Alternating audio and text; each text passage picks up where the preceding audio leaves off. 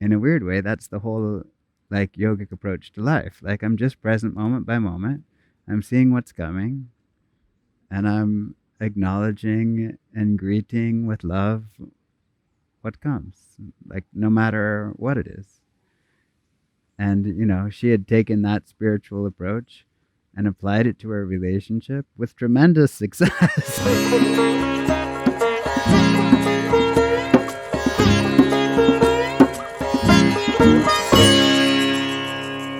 Action! Welcome to the Spirit of Yoga. We are Kirsten and Devdas from the Akasha Yoga Academy. In today's podcast, we will discuss the topic of nurturing love relationships. This is a Valentine special, and we are here to share with you a little what works for us to nurture our love relationship. Devdas. How does it work? How does it work? Why Tell does us it the work? miracle. Why does it work, Devdas? Well, we were just talking a moment ago, and I was very inspired by what you said, which is support the other person in their joy. And I felt like that's possibly an underestimated way of keeping a relationship healthy, is that each person is lifting the other or holding the other in their own growth and their own life and their own life's journey. I was thinking, as you said that, I was thinking about our dear one who was here at the Bali Bliss Retreat, Kayla. She was once telling a story about her partner, and she said, he's a scientist that looks at, like, I guess, areas of disaster that happens, and then he like goes through the fragments and finds things and like finds out what happened. And she's like, he comes back and he's all excited and he tells me all these things, and I'm so totally interested. She's like, I don't even really understand like more than like a half of it. But as she was sharing, I thought it's so sweet, actually, right? What does it mean? It means your partner's excited about something. It may not be like the center of your universe, but you're fully in support and in love because that's their joy. Like, right. Their joy is shining and you're lifting them up in that joy. Yeah, I find that such an important quality to bring actually into a relationship, to be there to uplift each other and to uplift each other in their joy, even though, like you said, in this case, it might not be fully your joy and passion, as it might not even be a shared joy, but to help each other nurturing this source of joy, like this very essential part of being, to tap into one's joy. I feel it's so undervalued,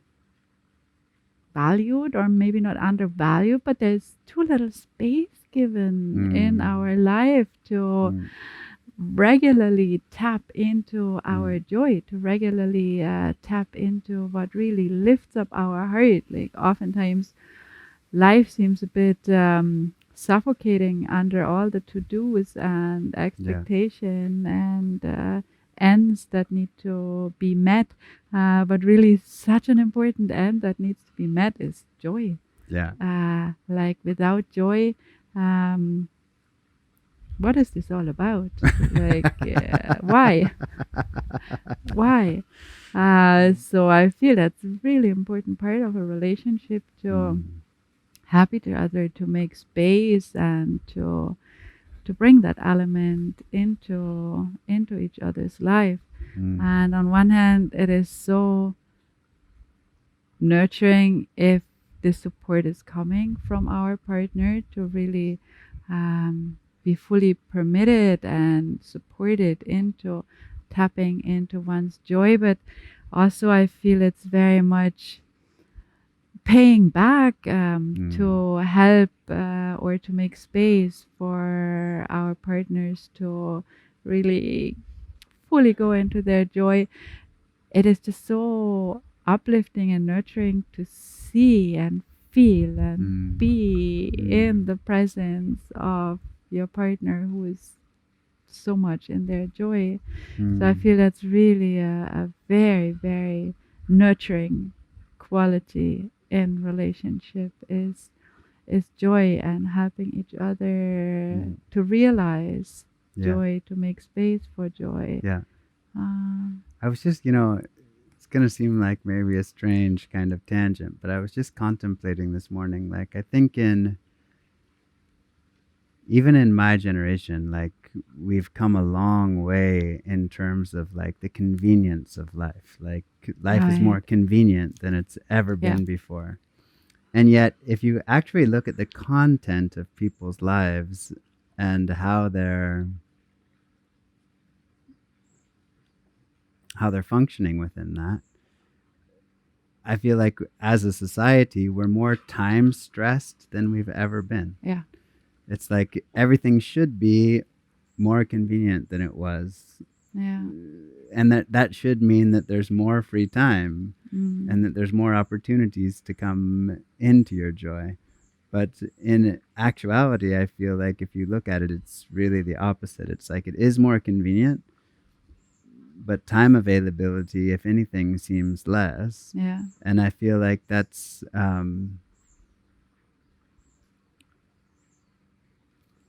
it's like, in some sense, it's almost like you have to break a little bit out of survival mode to find your joy. If you're just like putting the pieces like this, it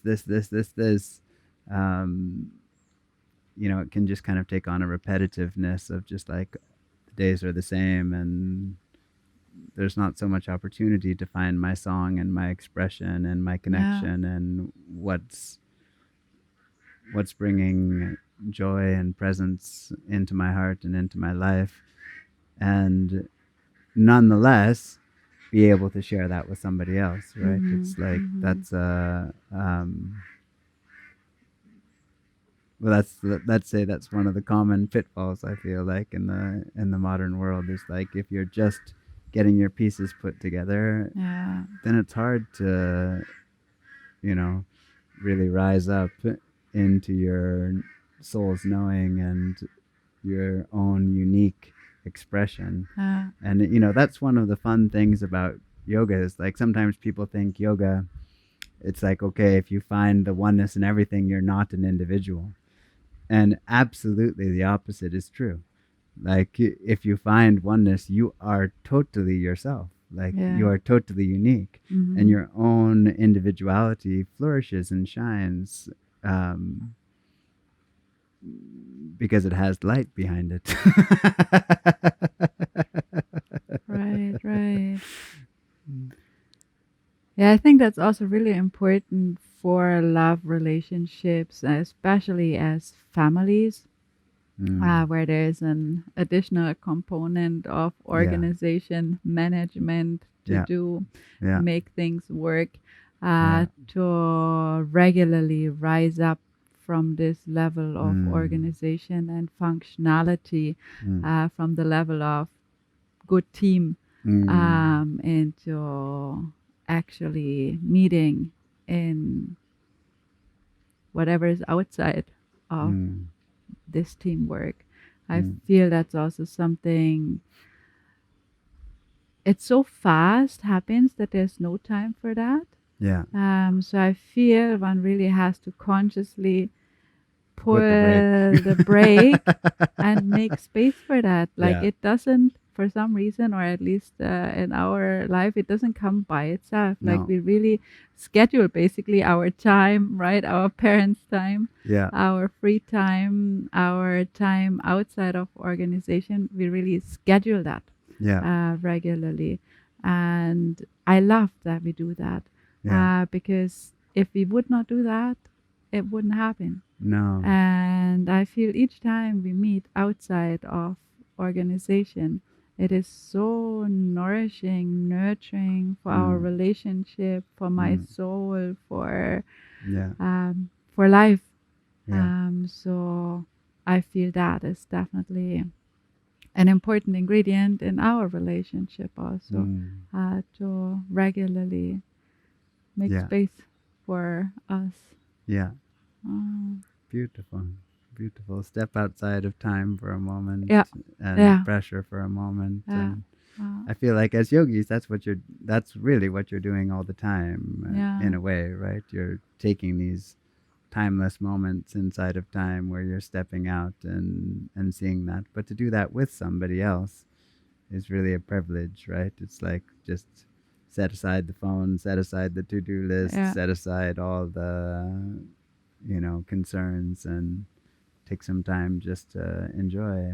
And it would be so easy to, because there's always so much to organize, right? To Mm. use these 3 hours that you meet to also just sort out all the unsorted stuff. But I feel it's so refreshing to just not do that Yeah. and let it be unsorted Yeah. and make space to just be. Beautiful. Beautiful. What I also really enjoy in our relationship is that there are a few things in common that really spark our joy. When I think of chanting, bhajans, it is so uplifting, refreshing to have something that's so dear and so joyful and so heartwarming and so just right.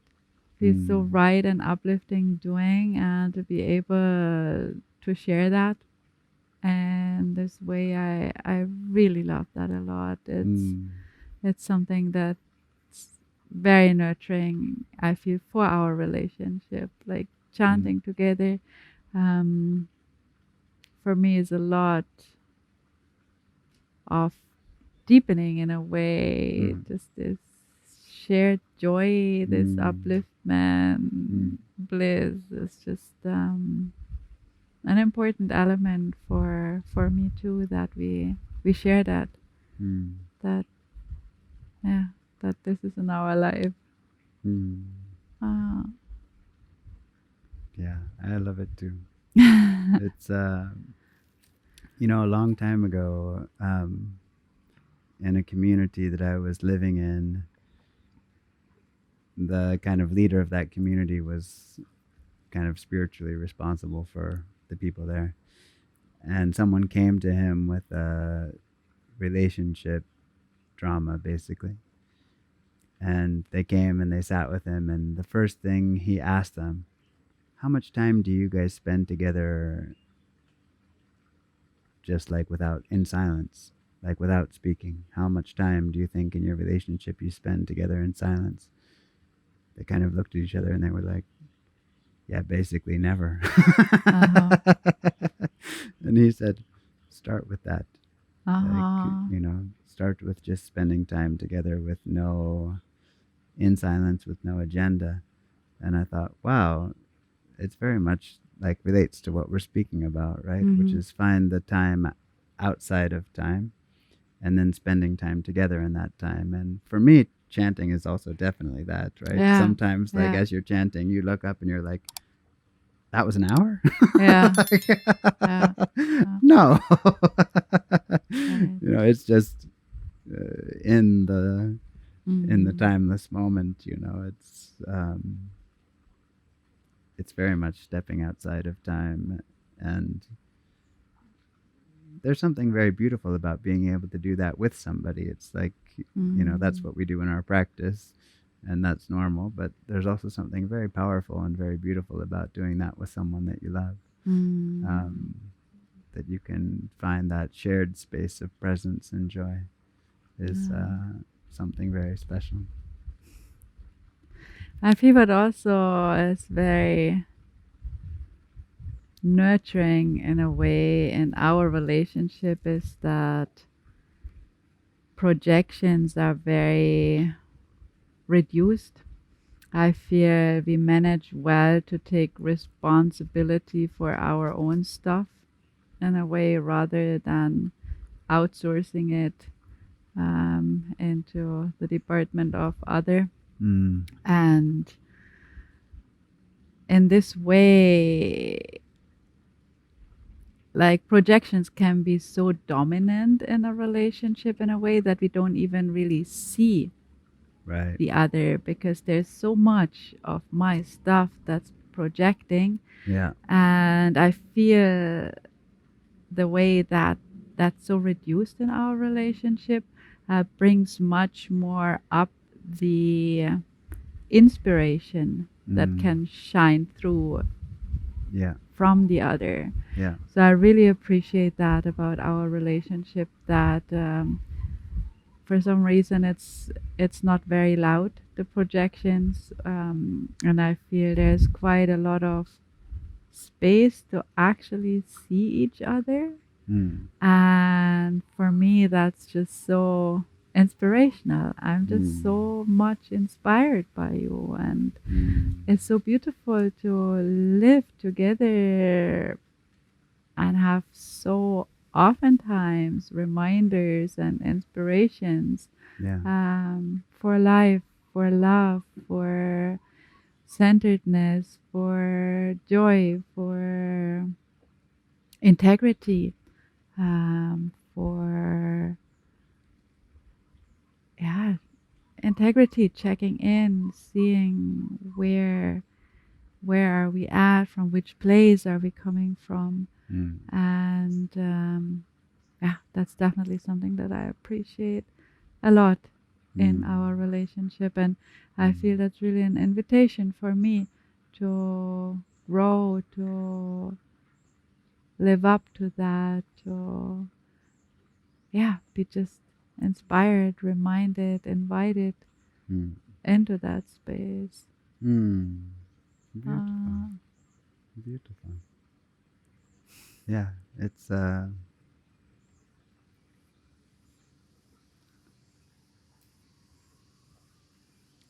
I mean, I feel like sometimes the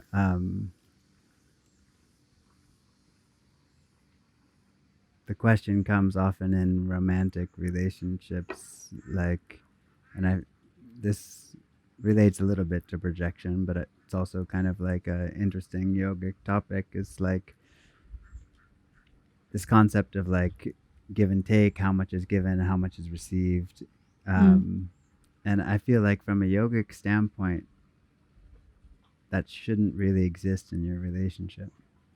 It's like any love that you give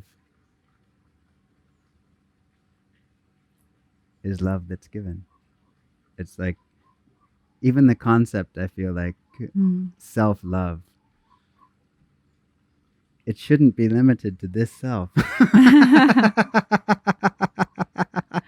uh, It's just like everything. What in life is not worthy of your love? mm, Like where where can you find the edge of what should be loved and what should not be loved?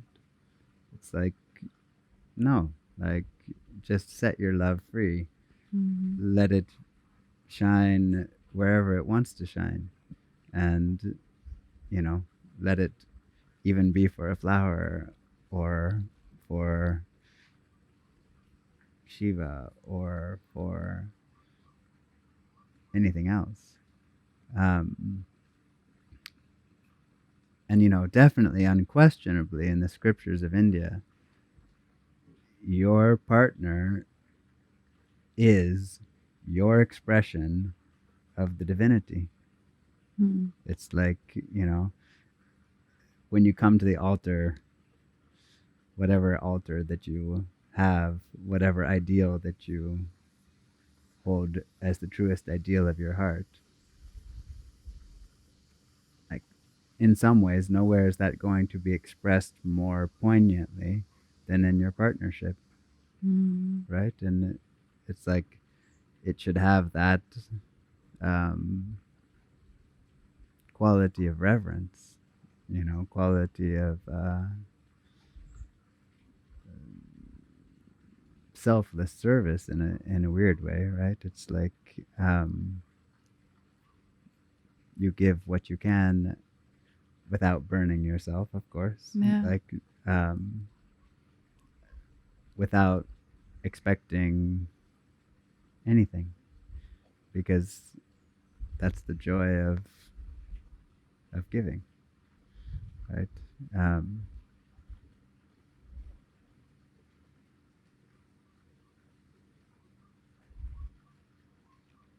and hopefully that spills over from your intimate relationships into your intimate relationship with life. Yeah. It's that you're not withholding the depth of who you are or your presence or your love from anything.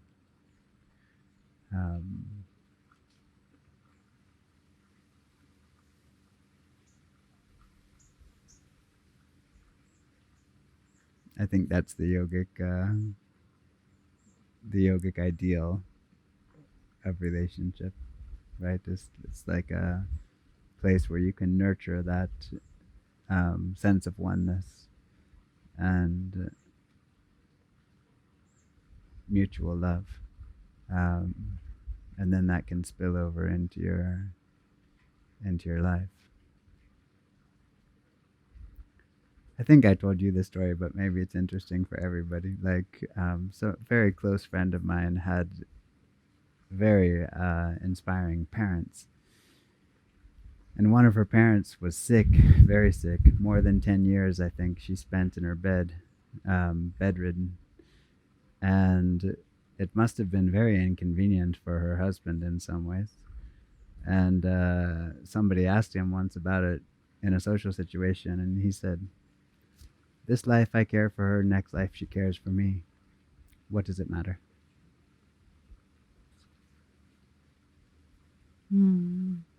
Wow. Just, and it was absolutely, totally, 100% sincere. It was not put on. It's just like, okay, if you have that level of love for somebody, it will already be spilling over. Yeah. Like, it will already be spilling over into the other relationships that you have. Because there's it's like you can't fake that that level of commitment and love and connection. It's very powerful, actually. Potentially a powerful spiritual tool, actually, right, for your own growth and learning and development.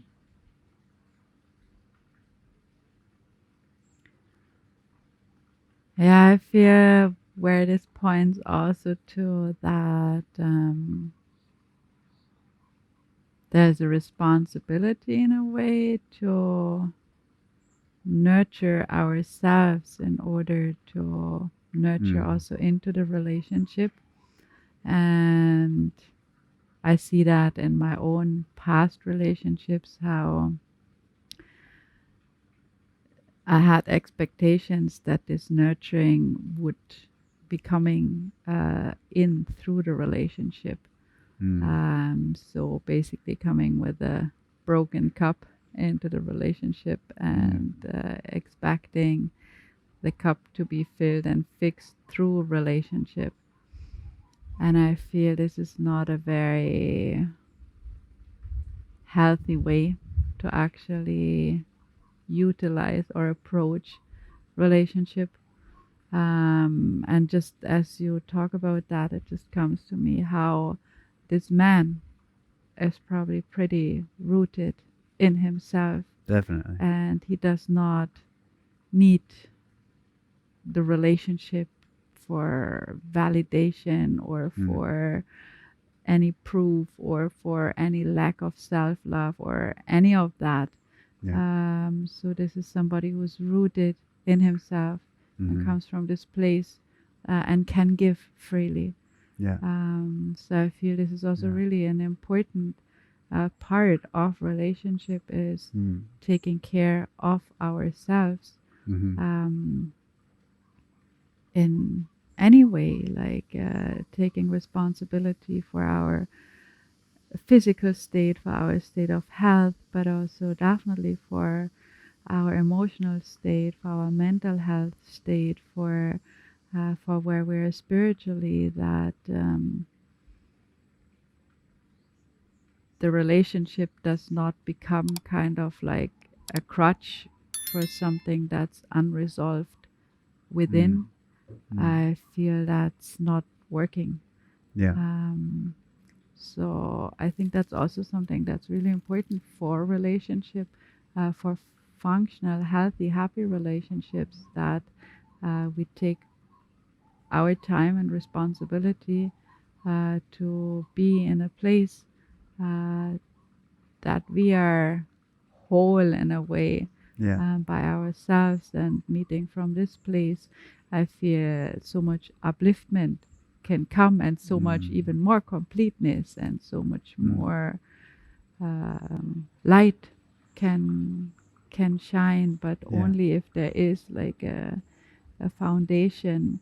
Um, of course, it is also part of relationship that sometimes one has more rocky time the other, or Yeah. together there's Yeah. Yeah. rocky times. And uh, and supporting one another in that, of course. Absolutely, but that there is kind of this knowingness that I'm responsible Yeah. for getting my 2 feet on the ground, Mm. and not the expectation that this could be fixed or should be fixed Yeah. from the outside. Yeah. In many ways, it's just, it's just an extension of your spiritual practice, right? It's like a relationship is just an extension of your own spiritual practice. Like, I was just kind of feeling as you were talking, like, one of the things that's sometimes challenging about relationships is that I feel like there aren't that many inspiring examples around, which is not a very nice thing to say, but it's true. But um, but I remember once a long time ago, I did meet a woman, and she had a long-term, very healthy, very happy marriage, and it was totally clear that she was still deeply in love with her husband. And I said to her, I haven't met that many married couples that really still like actually wholeheartedly love one another. What's your secret? I was just curious, to see. And she said,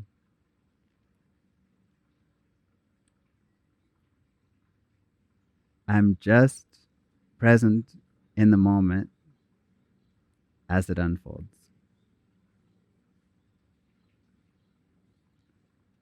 It's like, okay, wow. Like, in a weird way, that's the whole like yogic approach to life. Like, I'm just present moment by moment.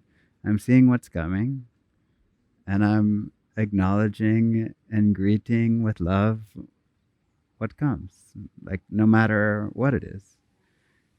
And she had taken that spiritual approach and applied it to her relationship with tremendous success. Yeah, yeah, beautiful. Just okay, here I am, moment by moment, and I have the privilege of being with this beautiful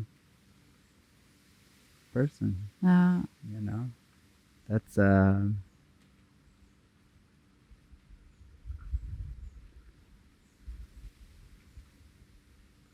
not to be underestimated. Like, I don't know. I can speak for myself and say that I feel like in the marriage cards, like I definitely got really lucky. I'm exceedingly grateful to life for providing me such a beautiful partner, and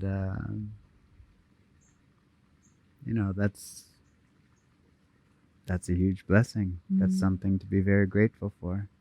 That's something to just remind yourself, even daily. Wow, you know, thank you, life, for for bringing me so much beauty and so much potential. Like that's it's definitely something to be grateful for. Mm.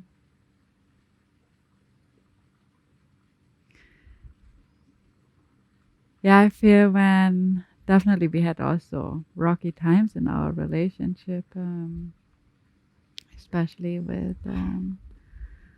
Serena coming into our lives and settling into parenthood, into natural parenthood, and yeah, being confronted with a whole new world of management and organization and stress. And what I feel, what my mistake was in this time, that and what I definitely learned from, is that in times I would lose sight of your spirit. Mm. And I think that's the most painful thing what can happen in a relationship. That we just see the functionality of human being. Yeah. And of course, this is very incomplete. It is human. And it is, if we lose sight of the spirit, I feel this is where we really have to wake up. Yeah. And recalibrate and dive within and check in, like what's happening with our own connection. Yeah. And possibly also slow down, right? Yeah. It's like, that was the story that inspired me very much, that I heard recently, that in Africa, this man was like trying to get from one part of Africa to another, and he needed to get there in a hurry, and he had hired some kind of porters to help him like take his camp and do everything, and he was just constantly pushing them, like, we got to get there, we got to be there by this time, like, let's go, you guys are behind, like, we got to get there, we got to get to this point. And at one point, all the guys together, they just stopped. And he came to them and he's like, you just can't stop, like, we got to be there at this time, and like, we're behind. And they just said to him, we have left our spirits behind. We stop. Beautiful. We will not move until they catch up. It's like, wow, what a way to live life. Just like, okay, I'm running. Wait, why am I running? Yeah. No, stop. Like, let my spirits catch up. Like, then I can decide what needs to be done. It was one of those stories that just, it really hit me. Like, wow, what a power to just be able to say, okay, unplug for a minute. Like, let me find my spirit. Then I can continue. Yeah, that's like you just said earlier, we are living in such convenient times, but such high-speed times at the same time. Yeah. And things don't flow according to seasons anymore. Yeah. That's exactly that. Like, and the yogic view of convenience is like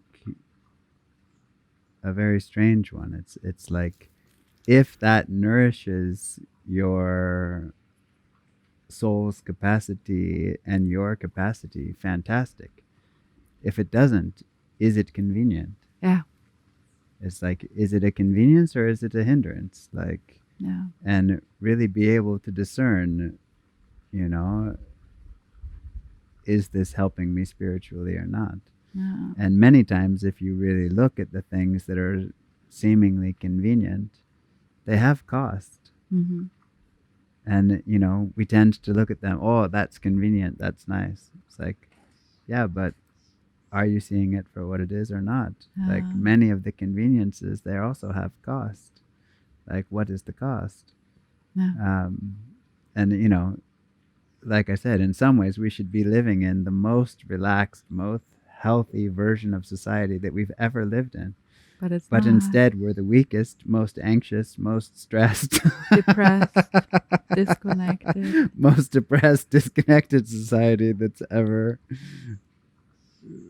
maybe not that's ever been, but that Yeah. has expressed in a long time. And then it's like, okay, well, wait a minute. We ought to relook at that a little bit and decide what of those conveniences are really in service to us and which of those conveniences are maybe not as convenient as they seem. Because, why would you build your life around convenience so that you have time to be with your spirit? Yeah. That's the irony of the whole thing, right? It's like you would make that convenience so that you would have moments where you could unplug from that. But instead, it seems like it goes the opposite direction, and people don't manage to unplug from it at all, and then rather are more disconnected and less integrated than when they were doing more work by themselves. I mean, recently I heard something from one of the great modern yogis that I found quite interesting, which was that he was saying that most people don't spend their physical karma like in any given day.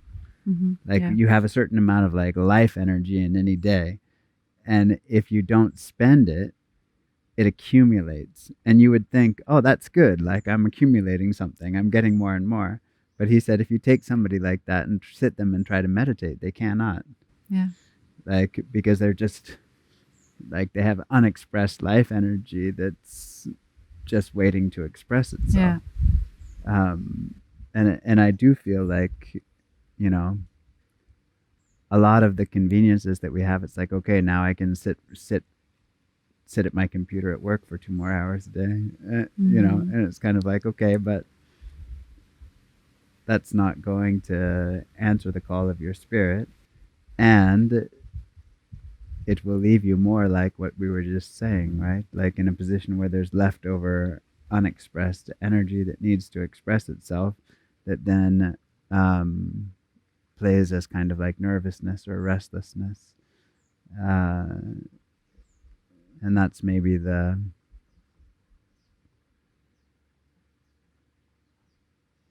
I think that can seem like, oh, it's a bit of a tangent from relationships, but I don't think it's a tangent from relationships because of what you were saying earlier, right? Which is like, if you're not in connection to yourself, if you're not in your strength and in your song and in your joy, expecting that to come from someone else, it will not work like that. Yeah.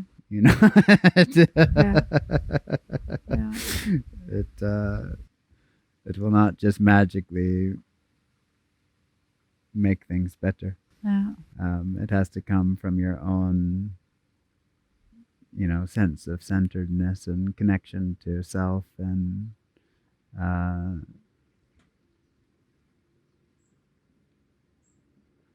be an expression of that. Yeah, I agree. I agree very much.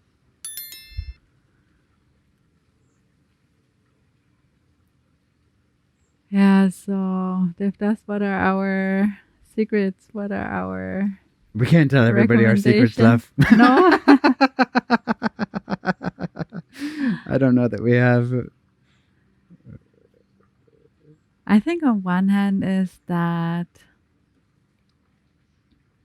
our life is just having a very similar center. Yeah. That's definitely true.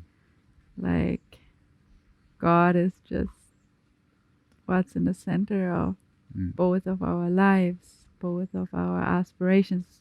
So basically our aspirations are very similar. Maybe we are at different stages of our of our growing, but the center, the direction, the essence is the same for us. And I feel this is already putting so many pieces into place, like into right orientation. Yeah.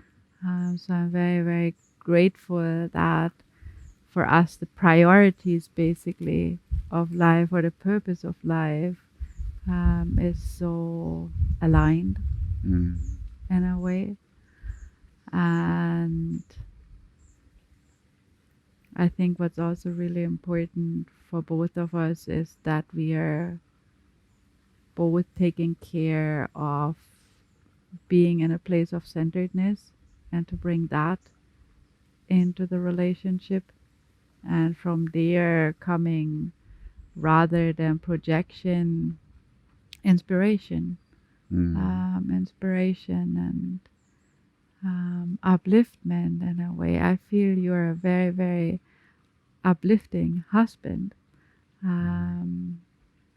spiritually, but not only spiritually, also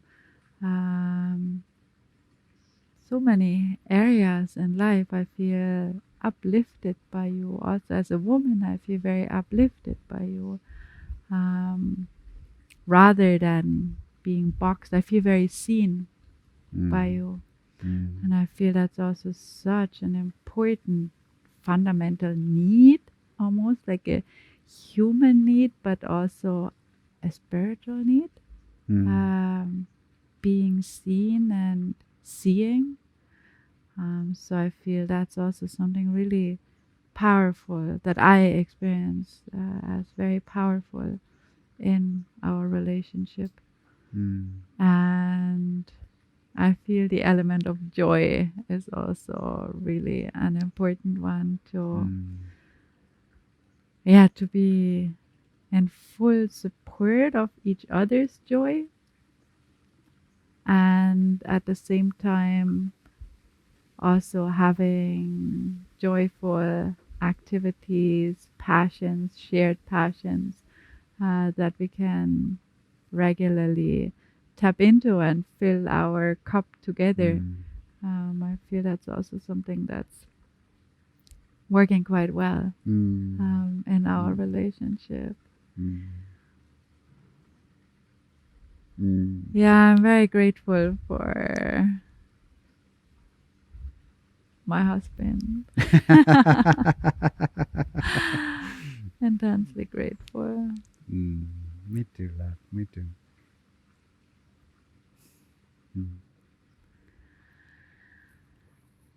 So this was a little bit of sharing of where are we at, where we are coming from, how our love relationship is being nurtured, with what it is being nurtured, and how. And yeah, we'll hope that that might have been inspiring for you, one piece or the other, and that we can in this way really share and grow and nurture each other and ourselves in love, in relationship. And as the relationship love spills over, we love you, we love you, we love you, we love you, we love you, we love you. Thank you so much for being here with us. Such a joy. This was Wisdom in Motion with the Akasha Yoga family. Keep on shining in the spirit of yoga.